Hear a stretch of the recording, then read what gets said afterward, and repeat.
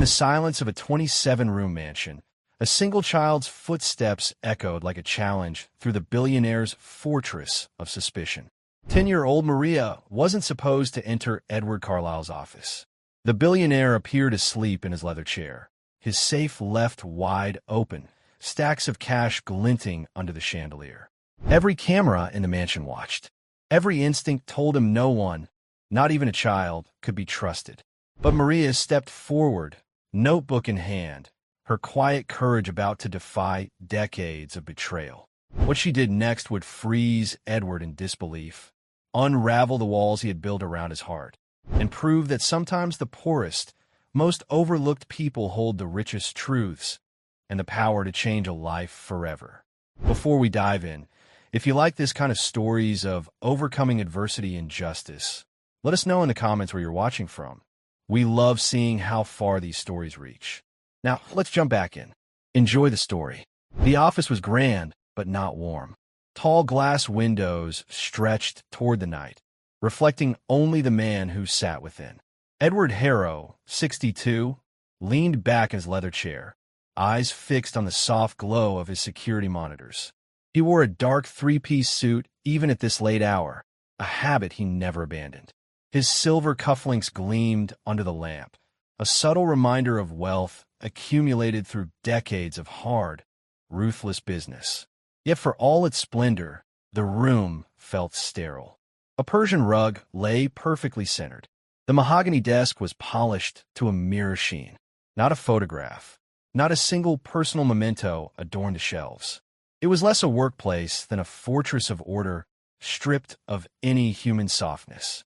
Edward's finger tapped the side of his tumbler of water. No whiskey tonight, though the crystal glass begged for it. He preferred clarity. His gaze moved from one camera to the next. Hallways, kitchen, staff quarters. Every door was locked, every corridor watched. Trust is the root of ruin, he murmured to himself, voice steady but cold. He remembered faces, partners who smiled, then betrayed him, a brother who stole, even a wife whose loyalty had been traded for comfort elsewhere. One by one, they prove his philosophy true. Everyone has a price, and everyone, sooner or later, takes what is not theirs. His security chief, Reynolds, had once asked if all this surveillance was necessary. Edward's answer had been simple. They will betray you when you blink. I prefer to keep my eyes open. Tonight, as on many nights, he waited. The staff moved quietly, doing their duties with rehearsed precision. None of them dared step outside the lines. He preferred it that way, efficient, controlled, predictable. But then a new pair appeared on the screen. A woman, modestly dressed in a plain gray dress, carrying a small bag. And beside her, a girl of perhaps 10, her hair neatly tied back with a faded blue ribbon. The mother's posture was careful, respectful.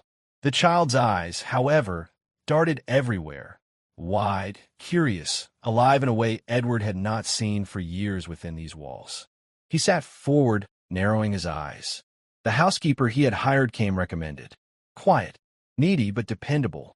Yet Edward knew too well that appearances meant little. The child complicated matters. Children notice things. They slipped through cracks. Edward touched the edge of his desk, considering.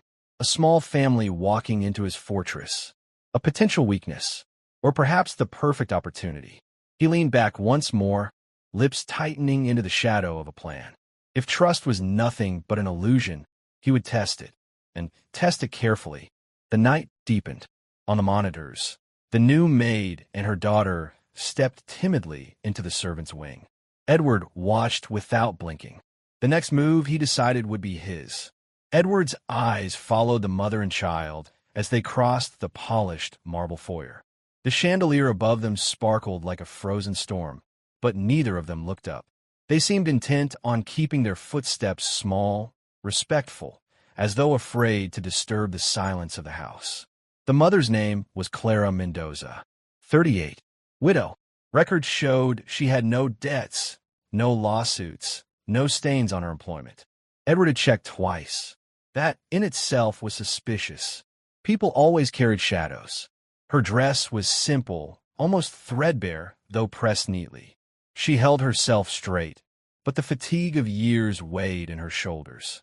The girl, Maria, clung to her hand at first, then slipped free to step ahead, eyes wide. Her shoes tapped lightly across the polished floor, the blue ribbon bobbing behind her. Edward leaned closer to the screen as Clara bent down to speak softly to her daughter. The microphone caught fragments. "Stay close. Remember what I told you." Maria's voice was a whisper, earnest. "Don't touch what isn't ours." "Good." Clara smoothed the girl's ribbon. "Respect keeps us safe." Edward's jaw tightened. Words rehearsed. Too neat, too virtuous. It sounded like performance. He knew this type. The ones who played innocence until the moment opportunity arrived. Then the mask slipped. He switched cameras, following them as a steward led them toward the servants' quarters. Maria paused at the foot of a long hallway, staring at a gilt-framed painting of a hunting scene. She tilted her head, studying it with more attention than most adults gave to art. Clara pulled her gently along, murmuring, eyes forward. On the upper monitor, Edward caught his own reflection, a pale face sharply lit, ringed by shadows of wealth he no longer trusted. He muttered under his breath, "Too clean. No one is that clean." His hand reached for the small leather-bound notebook he kept beside the desk. He turned a fresh page. His pen scratched a line, "Mendoza. Child, watch carefully. Find the price." He tapped the page once, then set the pen aside. The girl had looked at the painting as though she wanted nothing from it, only to understand. That unsettled him more than greed would have. Greed, he understood. Curiosity, unguarded and pure, was dangerous. Edward sat back in his chair. A decision formed, hard and cold. He would not wait for masks to slip. He would create the test himself. And if they faltered, he would see it with his own eyes. On the screen, the child laughed quietly at something her mother said. That sound, light as a bell, lingered in his ear. Edward reached for the control panel and dimmed the lights of his office. The fortress was ready. The experiment would begin. The next morning arrived muted, light filtering through tall windows in pale streaks. Edward had risen early. His routine was precise. Breakfast untouched, coffee cooling on the silver tray, his mind occupied not with appetite, but with strategy. On the desk lay a small black safe, its door cracked open, just enough to show a stack of crisp banknotes inside. It was deliberate, too visible to be accident, yet subtle enough to suggest neglect. He adjusted the angle of the safe, then glanced toward the chaise near the far wall. The cushions were arranged for comfort, but Edward would not truly sleep there. He would pretend. Eyes closed, breath slow, he would listen. The cameras would do the rest. By mid-morning, Clara was at her duties. She moved with practiced care, dusting shelves, polishing brass fixtures. Maria trailed at her side, sometimes carrying a cloth, sometimes pausing to stare at the carved moldings with fascination. Edward lay back on the chaise, still in his suit, his hand resting loosely across his chest. His breathing slowed. From the corner of his eye, he saw the pair enter the study. Clara gave the room a quick, respectful glance, then directed her daughter toward a bookshelf. The child's steps were light, too light. She moved as if the silence itself could shatter. Then she stopped, her eyes fixed on the safe. Edward's pulse tightened. Through his half-closed lids, he could see her curiosity spark. The small hand hovered in the air. One step forward. Another. She peered into the safe, face lit by the sight of the money. Seconds stretched. Edward's jaw clenched, waiting. This was the moment. The mask would slip. Maria reached in. Her fingers brushed the top of the stack. Edward held his breath. But instead of taking, she withdrew. She looked over her shoulder toward her mother, who was bent over polishing a candlestick.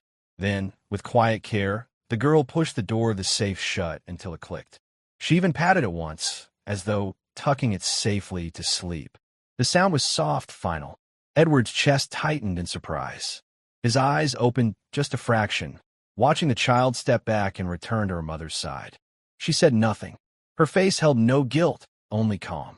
Silence filled the room. For the first time in years, Edward had no ready thought, no cynical explanation. The fortress within him felt strangely hollow, as though some unseen draft had slipped through a crack. On the chaise, he lay still, stunned, frozen in disbelief at what he had just witnessed. Edward sat alone in his office, the monitors glowing before him. His face, stern as carved stone, was touched by a faint tremor of doubt. He replayed the footage from earlier that day. The safe, the child, her hand hovering, the pause that felt like eternity. And then, the act. Not theft, not even hesitation born of fear. It was deliberate. She closed the safe, sealing the money away as though guarding it for him. Edward leaned forward, elbows pressing against the desk. He ran the clip again. Again. The sound of the soft click echoed in his mind. What did she gain from it? He whispered into the empty room. What did it cost her to resist? He pressed the intercom. A voice answered. Reynolds, the security chief. Yes, sir. Edward asked, casual in tone. Do you believe people can act against their own interest? Without expecting something in return. A pause. Then Reynolds replied, cautious. In my experience, sir, everyone has a reason. Might be fear, pride, or reward. No one does anything for nothing. Edward switched off the line before Reynolds could ask more. The answer did not soothe him. It echoed his own creed, yet failed to explain what he had seen. He turned to the file he had ordered on Clara Mendoza, widow of a factory worker. Lost her husband to an accident no insurance had ever compensated. Now, she worked for less than she deserved. Bills piled high. Medical care for her aging mother unpaid. Poverty pressed in on every side. And still, the child resisted temptation that would have fed them for months. Edward sat back, his hand trembling faintly against the arm of the chair. The room felt colder than before. He thought of his brother, who had stolen from him under the guise of trust. He thought of a partner who had forged documents to bleed profits. Their betrayals had shaped him into iron. But this act of honesty, irrational, pure, uncalculated, it gnawed at the iron. He rose, walking slowly to the tall window. Beyond the glass, the city lights shimmered. So many desires, so many hidden prices waiting to be paid. Yet in his own fortress, something had refused to yield. Edward's reflection in the glass looked back at him. A man unsettled, his certainty shaken. One test was not enough. He would press further. He would dig until he found the fracture. Turning from the window, Edward whispered to himself, no one is beyond measure, not even them. And with that, he resolved to test again. The following afternoon, the study was empty, but for Edward. He had muted the desk lamp, sitting in shadows, waiting. The security feed showed Clara in the staff wing with her daughter. Their voices carried faintly through the microphone hidden near the ceiling. Maria's tone was eager, a child confessing a secret. Mama, I saw a box open in the big room. It had money. Lots. I closed it so no one would take it. There was a pause. Clara set down the linens she was folding. The weight of her silence pressed heavy. Then her voice, low but sharp, filled the space. Maria, you must never do that again. Never. The girl's voice faltered, but it was open. What if? No. Clara knelt, so her face was level with her daughter's. The microphone caught the tremor in her words. We are not like the others here. People like us, we are already suspected before we do anything. If you step into rooms that aren't ours, if you touch what isn't yours, they won't ask questions. They will only point, and we will lose everything. Maria's eyes lowered. Her fingers twisted the ribbon in her hair. I only wanted to help. Clara's voice softened, weary but firm. I know, little one, you have a good heart, but a good heart must learn to be careful. It is not enough to be honest. We must look more honest than anyone else. That is how we survive. Edward sat back in the dark, her words pressing against him like stones. His philosophy echoed back at him, twisted. Where he had once claimed everyone has a price, Clara had carved out the opposite creed. Some must live without one, or be crushed by suspicion. He rubbed his forehead, unsettled. On the feed, Maria tucked the folded linens into a basket. Then, without a word, she slipped away, carrying one neatly pressed cloth in her arms. Moments later, Edward's office door creaked open. He looked up as the child stepped in, small hands holding the folded cloth. She placed it gently on the armrest of his chair. For you, sir, she said softly. Her eyes met his. No guile, no fear, only simple kindness. Then she turned and left, her ribbon trailing behind her. Edward touched the cloth, its fabric smooth under his fingertips. Something shifted within him, quiet but undeniable. The fortress he had built around his heart thinned by another stone. Edward sat at his desk, a velvet case before him. Inside, nestled against black lining, were jewels, cufflinks set with onyx, a watch of gold, a pearl pin once belonging to his late wife. He had not touched these things in years. They carried no warmth, only weight. He lifted the case and set it upon a side table near the door, deliberately out of place. To any passerby, it was temptation waiting to be claimed. He moved to the far corner of the room, where a heavy curtain concealed a narrow alcove. There he stood, silent as a shadow, hidden from view yet close enough to see everything. Minutes passed before Clara entered with Maria.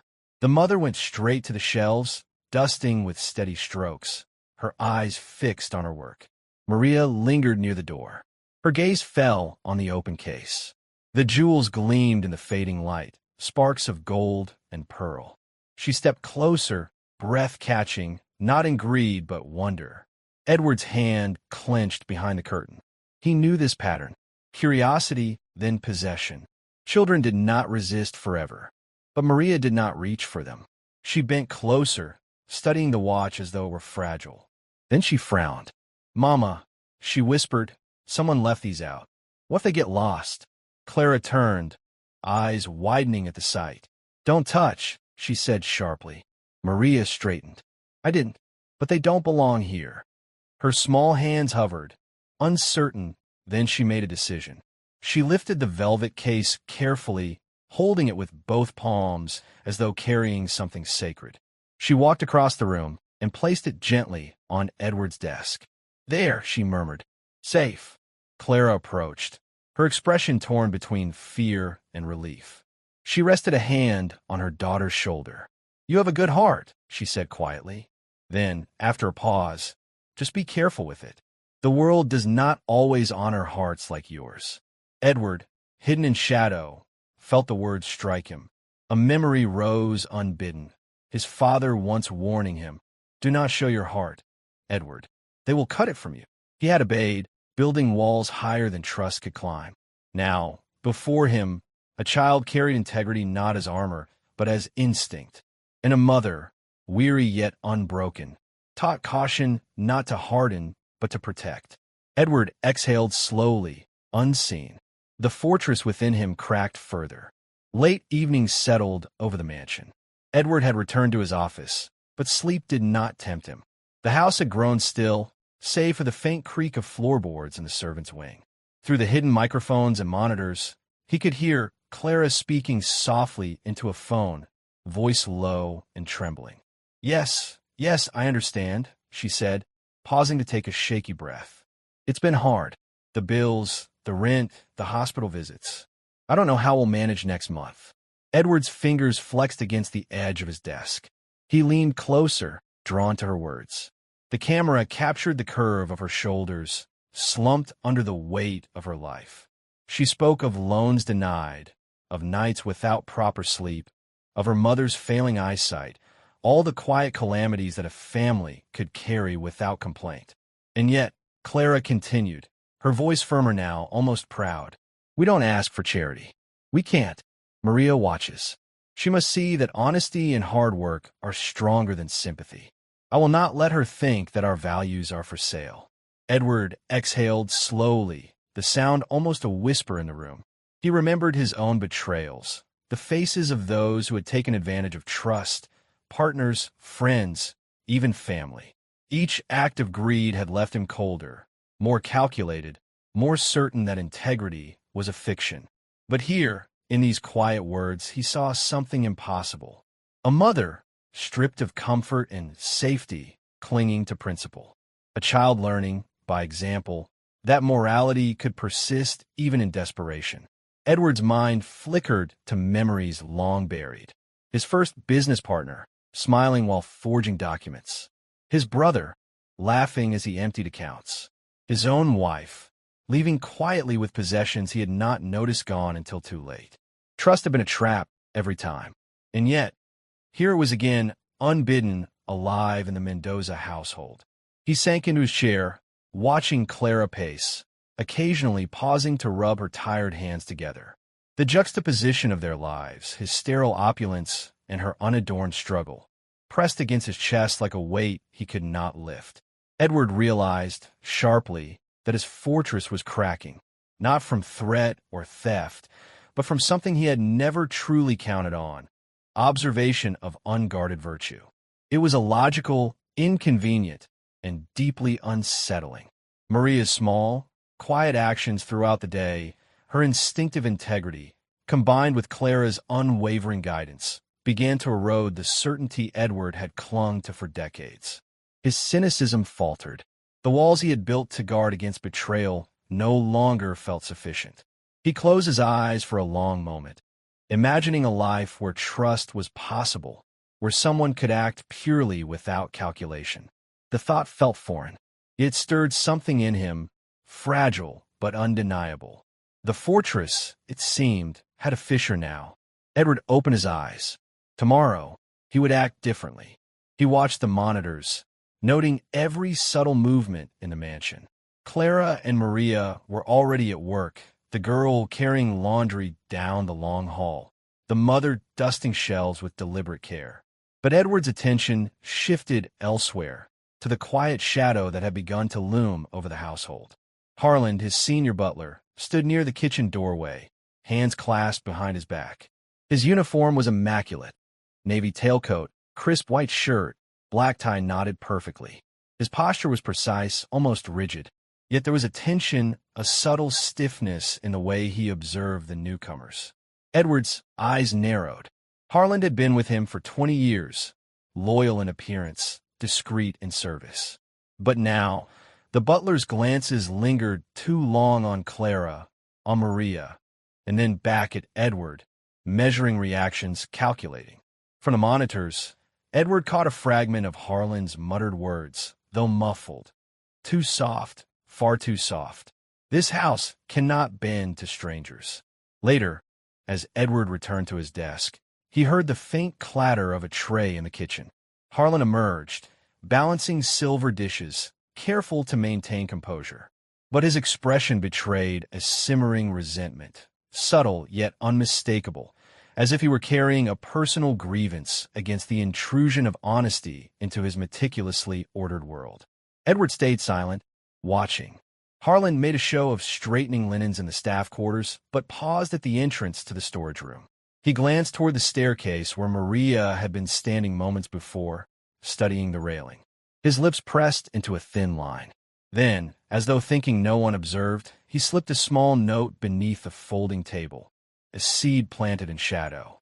Edward's chest tightened. The butler's every action seemed layered with hidden purpose. There was a subtle choreography to his movements, politeness masking suspicion, attention to duty masking ambition.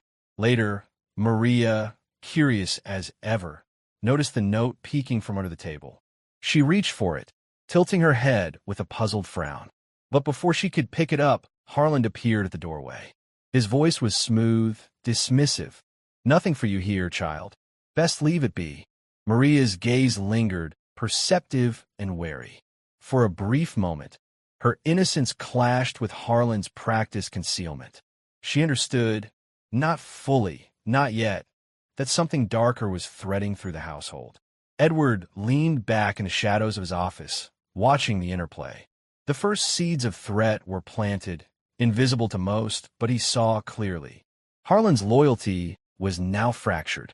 His ambition and envy would test the newcomers in ways Edward had not yet orchestrated. And Maria, observant and brave, had already begun to notice. The game within the fortress had a new player, and Edward knew the rules were about to change. He sat in a high-backed chair, reviewing ledgers he seldom needed, while Maria quietly arranged flowers in a small vase on the side table. Her movements were careful, deliberate, yet not timid, a child's curiosity tempered by instinct. Edward cleared his throat. "Maria," he began, voice neutral, "you've been here a week. Do you like it?" She paused, hands stilling over the petals. Then she looked up, her eyes clear, unflinching. "I like it," she said softly. "But you look lonely." Edward froze. The words, simple as a bell, echoed louder than any accusation. He felt a flicker of defensiveness. "Lonely?" he asked, tone clipped. "I have everything I need." She tilted her head. "But you sit by yourself. You watch everyone. You have all these things, and yet you look lonely." Edward blinked, unsure how to respond. For decades, he had built walls higher than most could climb. His wealth had been both shield and prison. No one had ever asked a question like this. No curiosity, no accusation, only observation. "Why do you care?" he said finally, voice low. I see," Maria replied, her small hands folded neatly in front of her. "Some people think that having many things means having happiness. But you look at people like you're expecting them to trick you. Why do you have so much money but look so lonely?" Edward felt a tightening in his chest, a rare vulnerability brushing against his carefully constructed armor. Her words were not judgment, not plea. They were a statement of truth. Before he could answer, Clara appeared in the doorway, her expression gentle but firm. "Maria," she said softly, "let's finish the flowers." "Edward, I'll take the child." Maria nodded, then lingered a moment longer, eyes meeting his. Edward realized the question was still there, lingering, pressing. He watched them leave, feeling the room suddenly emptier, colder. He turned back to the golden light falling across the table. Papers, books, ledgers, all wealth, all control, yet none of it answered the question Maria had asked. The child's simple honesty had pierced a wall he had built against the world. Edward exhaled, slow and measured, realizing the weight of his isolation. For the first time in decades, he felt the quiet stirrings of introspection, of self-doubt. Her question was small, yet it carried a truth he could not ignore. He remained seated, watching the sunlight shift, alone with the echo of her words. "Why do you have so much money, but look so lonely?" The next morning, Edward sat at his desk with a leather envelope before him. Inside was a sum of money, significant enough to cover Clara's bills for months, disguised as a performance bonus for her service.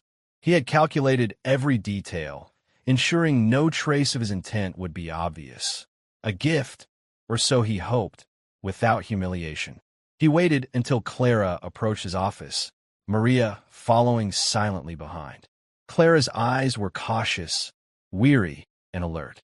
Edward gestured to the envelope. "This is for you," he said, voice measured. "Consider it a token of appreciation for everything you've done." Clara's hands froze mid-step. She glanced at Maria, whose small face mirrored confusion. The mother lowered her gaze and then, slowly, shook her head. "No," Clara said softly, almost reverently. "I cannot take this. I do my work honestly because it is right, not because of money. This feels like pity." Edward leaned forward, pen resting against his desk, a faint tension in his posture. "It is not pity. It is recognition. You and your daughter." Clara interrupted, voice firm, yet calm. "You may call it recognition, but to us, it is something else entirely. It carries no dignity. Money can fix bills, but it cannot teach my daughter honesty. It cannot replace the lessons we live by." Edward felt the sting of rejection. A gesture meant to solve a perceived problem had instead underscored his own inability to understand them. Clara continued, her tone steady, resolute. "We have learned to survive without handouts, to trust only in ourselves. We will not let the world believe our integrity is for sale." Edward's fingers twitched across the desk. The words struck with the force of truth, silent and unyielding. Pride, he realized, was not theirs to discard. It was a shield, and no sum of money could pierce it. Maria stepped closer, her small hand brushing her mother's sleeve. "Mama, he only wanted to help," she whispered. Clara smiled faintly, touching her daughter's shoulder. "Yes, love, but kindness can be shown without surrendering our values. We accept only what preserves who we are." Edward exhaled, leaning back in his chair. The envelope remained untouched between them, a symbol not of power, but of his own impotence. In that moment, he recognized the weight of influence without understanding. He could give money, he could give luxury, but he could not give the integrity they had earned through struggle and vigilance. Alone after their departure, Edward stared at the envelope. The bills inside lay flat, crisp but meaningless. Power, he realized, could never replace the quiet strength of principle. The fortress felt colder now, less commanding, yet more vulnerable. And in that vulnerability, Edward began to see the depth of what he had truly underestimated. The following day, Edward sat in his office, reviewing the security monitors with quiet precision. The mansion hummed with routine. Clara dusting shelves, Maria arranging flowers, staff moving through corridors with practiced care. Everything appeared ordinary. But Edward's attention was drawn to Harland, the senior butler, whose eyes lingered on the newcomers with a subtle, calculating intensity. He moved through the house with practiced grace, yet Edward noticed every hesitation, every glance meant to be unnoticed. At midday, Harland approached Edward's desk, carrying a silver tray. "Sir, I believe something troubling has come to light," he said smoothly, his voice laced with feigned concern. Edward raised an eyebrow. "Go on," he said, neutral, masking his growing suspicion. "Several items are missing," Harland continued. "Came to my attention this morning. Jewelry, small valuables. I thought it best to report it immediately. I do not wish to accuse anyone, but perhaps the new housekeeper." His gaze lingered on Clara, the implication clear, though veiled. Edward nodded slowly. "I see. Make a note. I'll review the cameras." Unseen by Harland, Edward's monitors captured the butler's actions in detail. Harland moved discreetly to the storage closet, where he placed a silver locket inside a drawer belonging to Clara. The gesture was meticulous, deliberate, a perfect setup. Edward's fingers tapped the desk, the rhythm measured and calm. He did not intervene. Not yet. The test was unfolding, and he intended to observe fully. Harland lingered, adjusting books on a shelf as though he had done nothing. From the camera's perspective, every move was captured, every false step recorded. Edward felt a rare sensation, quiet anticipation, tempered by the weight of responsibility. The child, Maria, was nearby, her curiosity always alert. If she noticed, Edward knew she would see more than anyone else. Later, Harland returned to the hall near the kitchen, slipping another item, a gold cufflink, into Clara's apron pocket when he believed no one watched. Edward caught the movement in slow, deliberate replay, the evidence invisible to everyone else. The senior butler's confidence grew. He believed the trap was perfect. The frame-up would appear seamless. Valuables missing, evidence planted, suspicion falling squarely on the innocent. Edward leaned back, unmoving, and let Harland proceed. Every small action, the tilt of a tray, the positioning of a drawer, the subtle glance toward the security cameras, was catalogued. He did not intervene, not yet. Observation alone was the most powerful tool. The confrontation would come, and when it did, Edward would know exactly how far Harland would go. The seeds were sown. The stage was set. Late afternoon, Edward sat in the office, quiet and still, eyes fixed on the monitors. He had anticipated the next move, the moment when Harland would believe the trap complete. It arrived minutes later. Harland strode into the main hall, holding a small silver locket in his gloved hand. His face was the picture of staged shock, concern mingled with disapproval.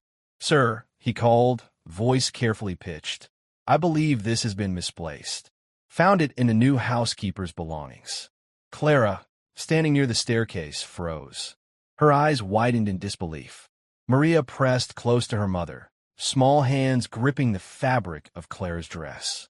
Edward remained still, silent as stone. Harland continued, voice rising slightly to command attention. "I did not wish to accuse anyone prematurely, but the evidence is clear. Sir, I thought you should see it at once." Clara's voice trembled, low and steady. "That is impossible. I did not touch it. I have done nothing wrong. Maria's gaze flicked toward the drawer where Harlan had planted the locket. She stepped forward, small but resolute, and spoke. It wasn't her. I saw someone put it there. Harlan's eyes narrowed. And who might that be, child? I don't know his name, Maria said, tone firm, but he wore black gloves. He moved the things when no one was looking. I watched. I wrote it down. Edward's hand moved slightly to the edge of the desk, tapping once. The monitors confirmed her account. Every action she described was recorded, every movement precisely as she had said. The child's testimony was not just honest. It was specific, unwavering, detailed. The angle of the drawer, the tilt of the tray, the timing of the steps. Edward's voice finally filled the room, calm and even. I have security cameras, he said. I know exactly what happened. Harlan stiffened, face paling as the weight of surveillance. And now the child's testimony bore down. He opened his mouth to protest, then closed it, realizing the evidence was irrefutable. Clara exhaled softly, relief washing through her. Maria returned to her side, small hand clasped in her mother's. Edward leaned back, eyes steady. The envelope of silence, the fortress of observation he had maintained, had revealed the truth. Harlan's scheme crumbled not through accusation, not through confrontation, but through careful watching and the quiet integrity of a child. The hall, once tense with staged outrage, grew still. Edward understood that trust, once verified, could carry far more weight than suspicion ever could. He turned from the monitors, letting Clara and Maria gather themselves, knowing the house's balance had shifted. Prepare for the trip, Edward said aloud to Reynolds, though only the monitors and hidden microphones recorded the command. Leave the house open. Observe carefully. Nothing is accidental. Minutes later, Edward executed the ruse. He left word that he would be out of town for meetings, though in truth, he remained in the mansion, hidden. Harlan, satisfied and confident, relaxed his vigilance. Through the cameras, Edward watched as the butler assembled a small covert team. Their movements were precise, coordinated, black gloves, duffel bags, flash drives. Harlan's plan had never been merely to frame Clara.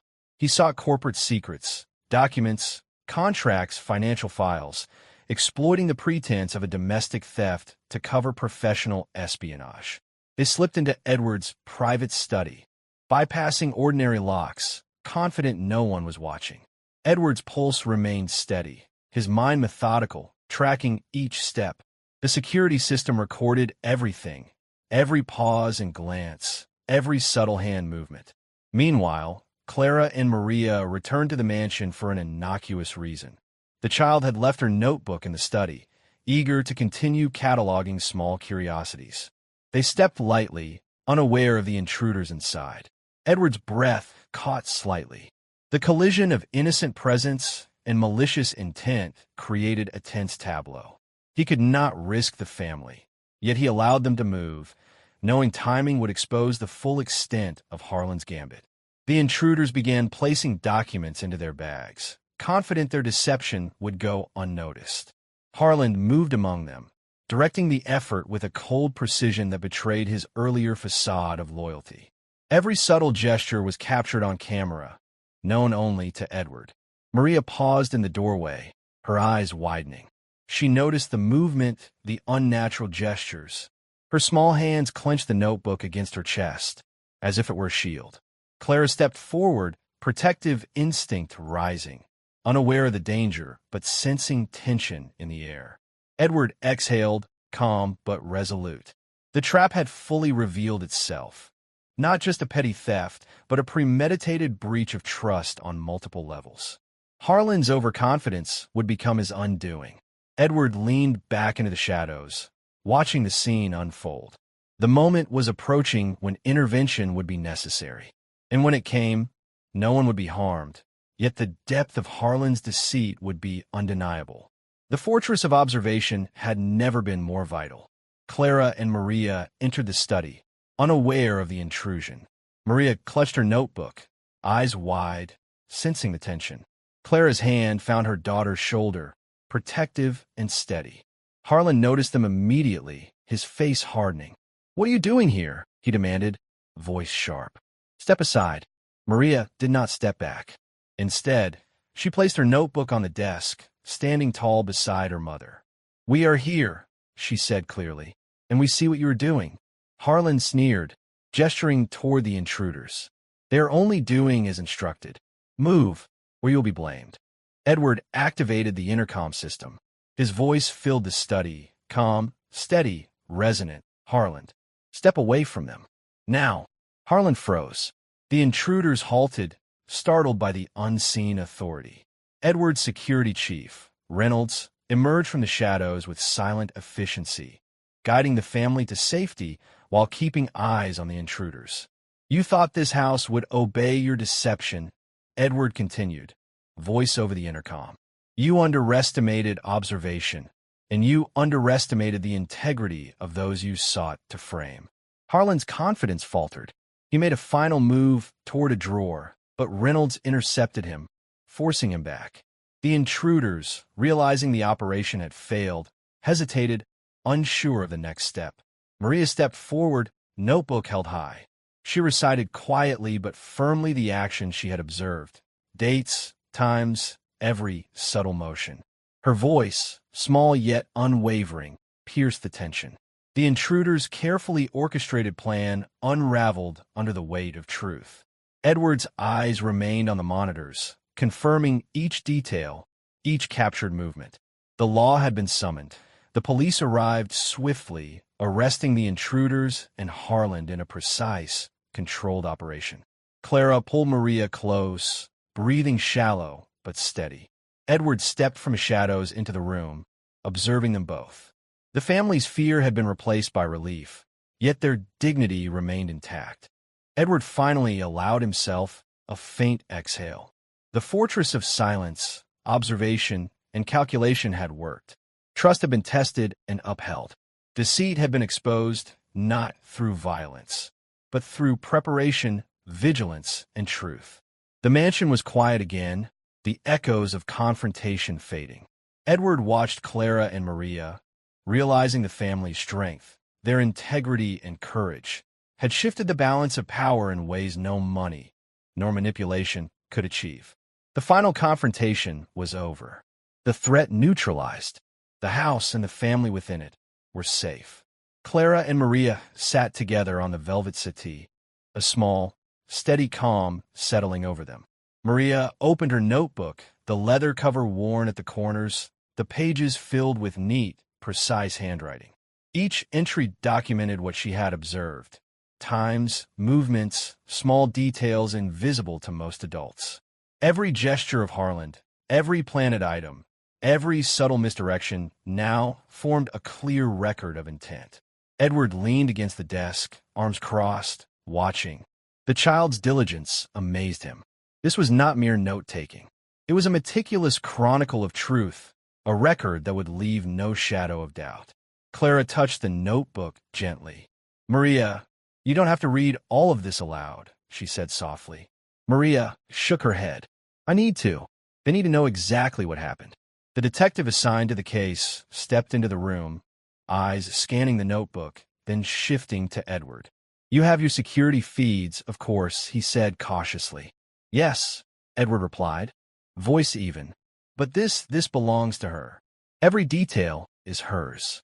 Every observation, every truth she preserved when no one else could." Maria began reading. Dates, times, the subtle positioning of trays, the tilt of drawers, the way gloves hid fingerprints. Her voice was calm, factual, unwavering. The detective's eyebrows rose, surprise evident, then shifted to respect. "She's right," he said finally, leaning over the pages. "This is comprehensive, accurate, verifiable." Edward watched as Clara's chest rose and fell slowly. Her pride was quiet, contained, but present. Maria's small hands remained steady on the notebook, a shield of integrity in a world that had tried to exploit her family. Edward realized the full weight of the moment. The notebook was more than evidence. It was a testament to resilience, to the careful cultivation of honesty, to the quiet strength of those overlooked. The detective closed the notebook carefully. This will be entered into evidence. Her testimony, supported by her own observations, will form the cornerstone of the case. Maria nodded, her small face serious. Who would believe us if we didn't write it down? Edward felt a profound stir within him. For years, he had measured people by suspicion and cynicism. Here, a child's steadfast integrity had done what his wealth, his power, and his vigilance could not. It had preserved truth. The envelope of silence in the office felt lighter now, the fortress inside Edward cracking further, reshaping in ways he had not imagined. In the quiet, Edward knew the first victory had been achieved. Not with money, not with force, but with observation, patience, and a child's unwavering honesty. Weeks later, the courtroom was hushed, heavy with anticipation. The gallery held not only Edward and the Mendoza family, but also several victims from Harlan's past. People who had suffered from the butler's schemes, silenced by fear or disbelief. Maria sat beside Clara, notebook in hand, her small frame tense but composed. Edward observed from the front row, expression restrained, but his eyes followed every movement of the room, every detail, as if cataloging it for the fortress in his mind. The judge called the session to order. Harlan, in dark formal attire, appeared confident, attempting the mask of control. Yet the tension in his shoulders betrayed him, a subtle quiver betraying his fear of exposure. When the prosecution called Maria to the stand, she rose without hesitation. Her hands clutched the notebook, voice steady, precise, unwavering. She recounted every observation. The movements of Harlan, the planting of items, the coordination of his accomplices, the timing and sequence of each deliberate act. The courtroom listened, rapt. The adults were silent, eyes widening at the clarity and detail of a child's testimony. Each fact she spoke carried weight beyond her years. Her integrity illuminated the depth of the conspiracy, exposing not just theft, but a pattern of deliberate manipulation and deceit. Harlan's composure cracked. His face reddened, lips pressed tight, hands fidgeting with the edge of his jacket. When cross-examined, his answers faltered under the precise recollection of a child. The judge leaned forward, voice measured. "Do you understand the gravity of your actions, Mr. Harlan?" Harlan's mouth opened, then closed. Anger flared, then desperation. I was only trying to protect the household. I was careful, precise. Everything was necessary." Maria's eyes did not waver. Calmly, she added, "You did not protect anyone. You tried to blame them so no one would notice what you were really doing." The courtroom fell silent. Murmurs spread, but Edward remained still, absorbing the resonance of the truth. The weight of observation, honesty, and courage had overtaken deception. The judge's gavel struck. Bail is denied. The systematic actions of Mr. Harlan and his accomplices have endangered lives and violated the trust of multiple parties. This court finds sufficient evidence to proceed with full charges of theft, fraud, and conspiracy. Harlan sagged in his seat, defeated, his entire scheme unraveling in the light of a child's integrity. Edward exhaled slowly, feeling a profound sense of closure. Clara squeezed Maria's hand gently, pride shining in her exhausted, yet steadfast expression. The victims in the gallery nodded quietly, vindicated. The legal battle was won. The truth had prevailed, not through force, nor wealth, but through meticulous observation and unwavering honesty. Edward realized, in this moment, that the fortress he had built around his own heart had begun to crumble, finally making room for trust, for connection, for the possibility of family. Weeks after the trial, Edward requested Clara and Maria meet him in his study. The room was brighter now, sunlight spilling over polished surfaces. Yet the space retained its quiet, orderly dignity, reflecting Edward's own nature, controlled, deliberate, precise. Clara and Maria entered, Maria clutching her notebook as always. Edward rose, his tall frame casting a long shadow over the desk. He gestured for them to sit. "I have watched your courage," he said, voice measured, "and the way you preserve truth, even under threat. Integrity is rare, It deserves recognition, not pity. Clara inclined her head, wary but attentive. Edward opened a folder and laid out documents. An offer of employment as household manager for Clara, with full autonomy over staff and schedules, framed not as charity, but acknowledgement of her skill and principled leadership. Maria looked up, eyes wide. Edward continued, speaking to her gently, as one might to an apprentice. And for you, Maria, a scholarship to continue your education. An investment, not a gift. You have demonstrated the discipline and honesty most adults lack. Clara's hands trembled slightly.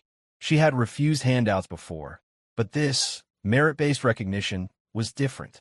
It preserved dignity while offering opportunity. Edward shifted, pulling another envelope from the desk. Medical bills for Clara's mother were settled, quietly, discreetly. This addresses your most pressing concern, he said softly. It is part of the investment in your future, not charity. Your values remain intact. Clara exhaled, the weight on her shoulders lifting. I don't know what to say, she whispered, eyes glistening. We've never received help in this way before. Without strings attached. Edward inclined his head slightly. We are not accustomed to expecting trust, but your integrity has earned it. It is not my gift. It is your right, earned through action.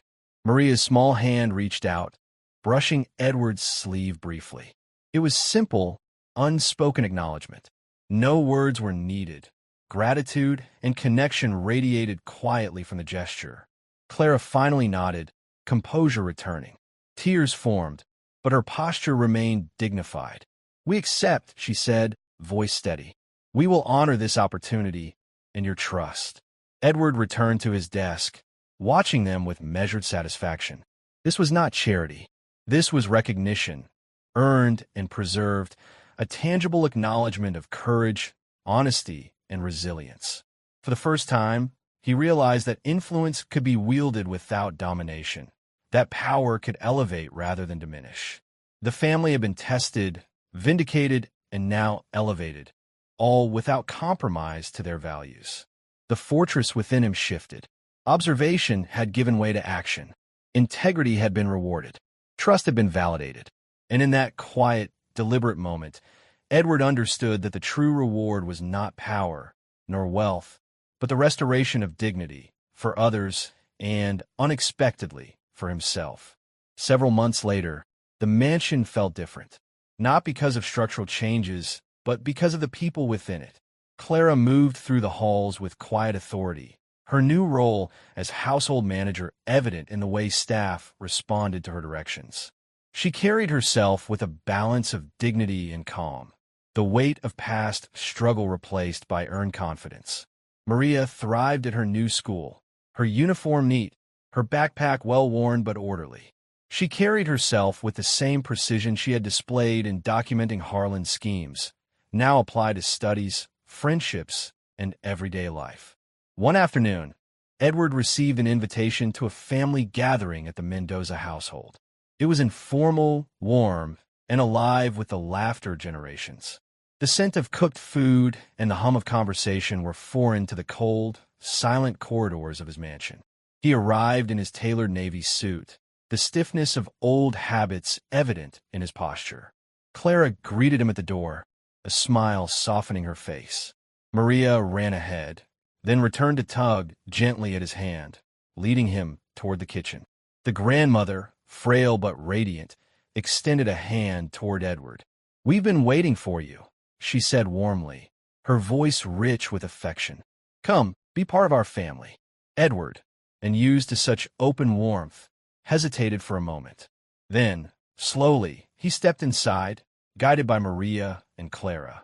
The space was alive with connection, a stark contrast to the sterile perfection of his mansion. As they gathered for a simple meal, Edward observed quietly. Laughter, shared stories, gentle teasing. It was chaotic, imperfect, and human. He realized, with a quiet astonishment, that this was a family in full motion, and he was part of it. Maria leaned against him briefly, whispering a comment about her school project. Edward felt the warmth of trust, the comfort of belonging, and the unfamiliar ease of laughter joining him instead of observing from a distance. The grandmother formally adopted him into their circle, not with ceremony, but with presence, with acknowledgement, with invitation. Edward, ever precise, ever watchful, accepted. By evening, he found himself seated in the midst of conversation, participating naturally, offering small smiles, and even soft laughter. The rigid walls he had carried for decades began to dissolve, replaced by the understanding that family was not about possession or control, but presence and connection. Edward looked at Maria and Clara, sensing the subtle but profound transformation, from observers and protectors to trusted companions.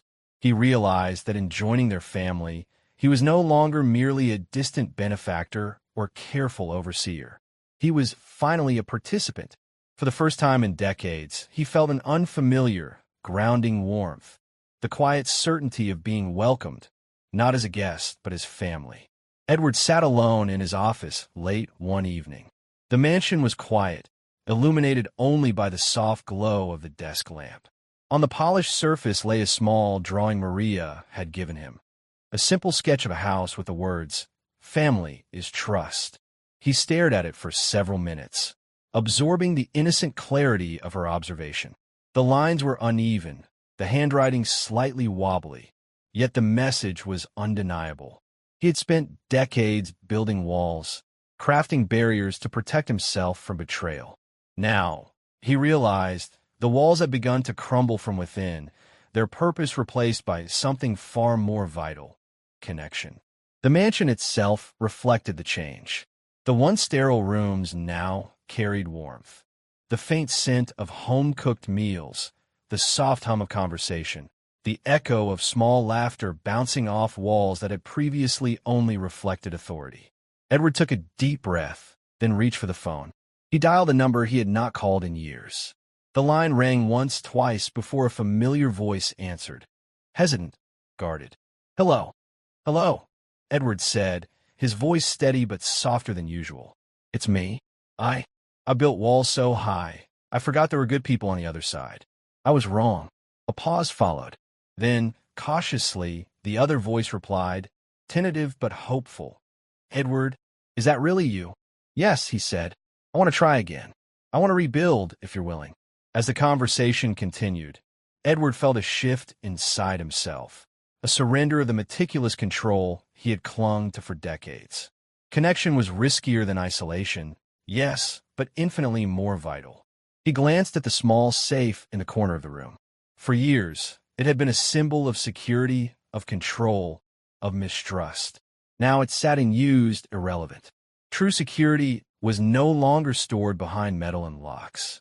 It was present in moments of honesty, in shared trust, in unguarded conversation. Edward leaned back in his chair, absorbing the quiet, deliberate weight of this revelation. The fortress he had spent a lifetime maintaining was no longer necessary. Observation, vigilance, and preparation had served their purpose. But now there was room for something new. Faith in people, trust in family, and the courage to let others in. He looked again at Maria's drawing. The message was simple, yet profound. Walls could protect, yes, but they could also isolate. And Edward, finally, understood that the truest strength lay in tearing them down. For the first time, he felt unshackled. He was not merely wealthy, not merely powerful. He was present, connected, alive in ways he had never allowed himself to be. The walls had come down. Sunday morning. Sunlight streamed through the wide kitchen windows of the Mendoza household. The room was alive with quiet chatter, the scent of baking bread and brewed coffee filling the space. Edward sat at the large wooden table, a place he had never imagined occupying, surrounded by Clara, Maria, and the grandmother. The air was informal, warm, alive with connection rather than protocol. Plates clinked, mugs steamed, and the conversation flowed easily, punctuated by laughter. Edward listened more than he spoke, observing, but now as a participant rather than a distant overseer. Maria, sitting across from him, looked up from her coloring book. "You don't look lonely anymore," she said simply. The words mirrored her first piercing question weeks ago. now reframed as an observation of transformation. Edward felt a quiet smile rise unbidden. He answered with a nod, voice low but genuine. "No, I don't." Clara caught his gaze, her smile steady, warm. "It's good to have you here," she said softly. The grandmother, still frail but vibrant in spirit, reached across the table to tap Edward's hand gently. "We've waited a long time for you to be part of us," she said. "And now you are." Edward watched the scene, absorbing the quiet rhythm of home. The mansion he had once controlled with paranoia and now felt distant, irrelevant. Real security was not in locks or monitors, not in wealth or isolation. It was here, in this room, in the simple presence of family, trust, and shared moments. After breakfast, as the family began tidying the table together, Maria climbed on Edward's lap briefly, a small hug. It was natural, unforced, comfortable. He returned it with a steady, gentle embrace, realizing fully that this bond had been earned, cultivated, and now freely given. Edward glanced around the room. Laughter echoed, conversations intertwined, and the grandmother's soft humming filled the air. The home was not perfect. It was alive, flawed, human, and Edward felt, in a profound way, that he belonged. For decades, he had tested others, measured integrity, built walls, and observed silently from a distance. Now he participated. He contributed. He was present. As the family gathered their plates and prepared to move to the garden, Edward's eyes lingered on the small drawing Maria had given him months before. Family is trust. He realized that the story of the child he had once tested had become his own story. The lesson he had imposed on others had been returned, larger and more profound. Faith is not in money, nor power, but in the goodness of people. Edward rose from the table as the family left for the garden. He followed, smiling, no longer an observer, but a part of the rhythm of life, trust, and home. The mansion was no longer a fortress. Edward had passed his own test, discovering what he had never allowed himself before. That love, connection, and trust were the true measure of wealth. The home was complete. Thank you for following this story. If you enjoyed it, please subscribe and share your thoughts below. Where are you watching from? Let us know in the comments. Stay tuned for more immersive stories.